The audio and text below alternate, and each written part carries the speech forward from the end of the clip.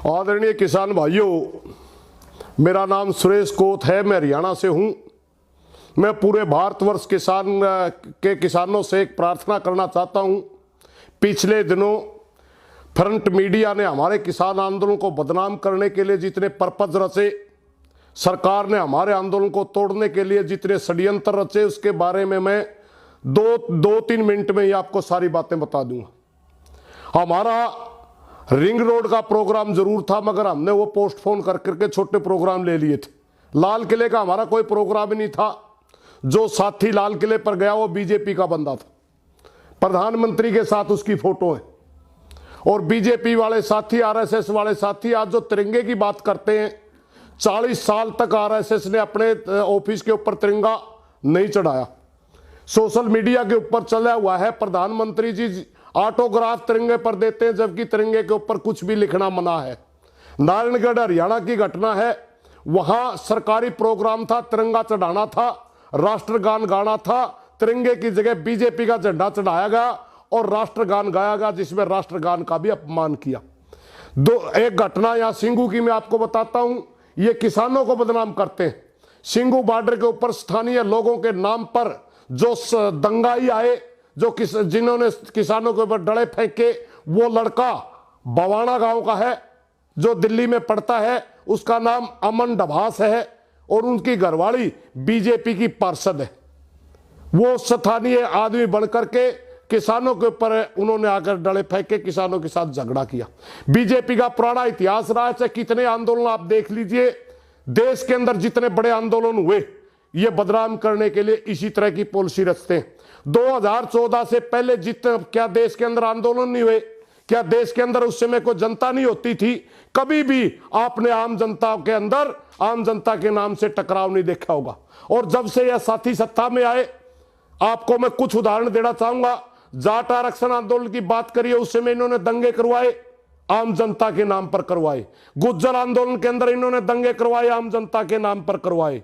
इन्होंने मराठों के साथ जो खेल खेला वो आम जनता के नाम पर खेला। इन्होंने गुजरात के अंदर पटेलों के साथ जो गेम खेला वो आम जनता के नाम पर खेला।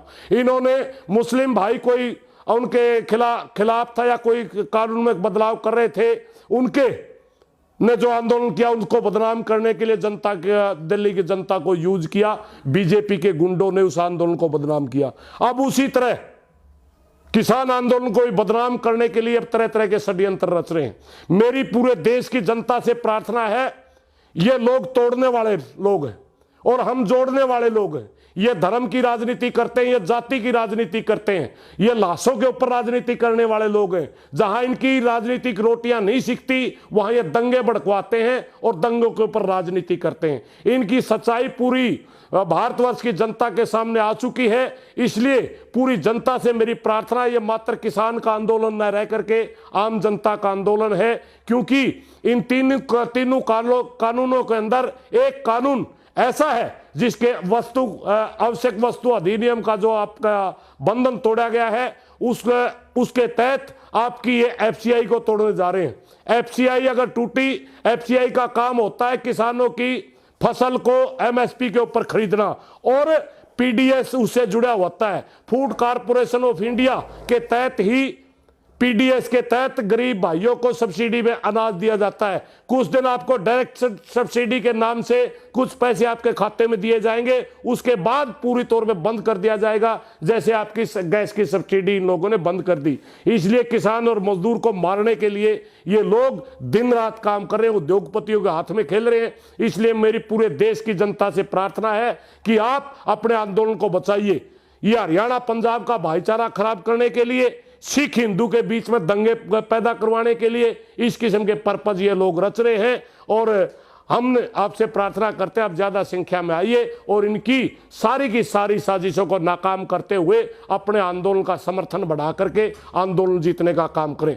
क्योंकि हमने ये आंदोलन तीनों कानूनों को वापस करवाने के लिए और एमएसपी के ऊपर खरीद की गारंटी का कानून लेने के लिए चलाया। अगर एमएसपी पूरे देश में मिलती है, आपको मैं छोटा सा एक आंकड़ा बताना चाहता हूं। भारतवर्ष के अंदर मात्र 23 फसलों का एमएसपी तय होता है। 70% फसलें वो हैं जिनका एमएसपी कभी होता ही नहीं था, आगे भी नहीं होगा। हमारे फ्रूट उसमें आते हैं, हमारे मेवा उसमें आते हैं, हमारा मीट का कारोबार उसमें आता है, दूध का कारोबार उसमें आता है, मसाले का कारोबार उसमें आता है। ये 70% फसलों का एमएसपी होता ही नहीं, मात्र 23 फसलों का एमएसपी तय होता है। हम उसके ऊपर खरीद की गारंटी का कानून मांगते हैं। मेरी आपसे प्रार्थना, जरा सोचिए, बिहार का, पश्चिम बंगाल का, उड़ीसा का, इन किसानों का एपीएमसी का पता नहीं, एमएसपी का पता नहीं। इनका इतना खून निचोड़ लिया गया, इतना गरीब बना दिया गया उन किसानों को कि बिहार का और उड़ीसा का धान 1000 रुपये वहां खरीद करके हरियाणा पंजाब की मंडियों में 1880 रुपये बेचा जाता है बिचौलिए व्यापारी के द्वारा। क्या उनका अधिकार नहीं? क्या वो इस देश के किसान नहीं? क्या वो इस देश के नागरिक नहीं? क्या उनको 1880 अपनी मंडियों में धान बेचने का अधिकार नहीं? इसलिए पूरे देश के किसान, जो गरीब किसान है, उसको एमएसपी मिले।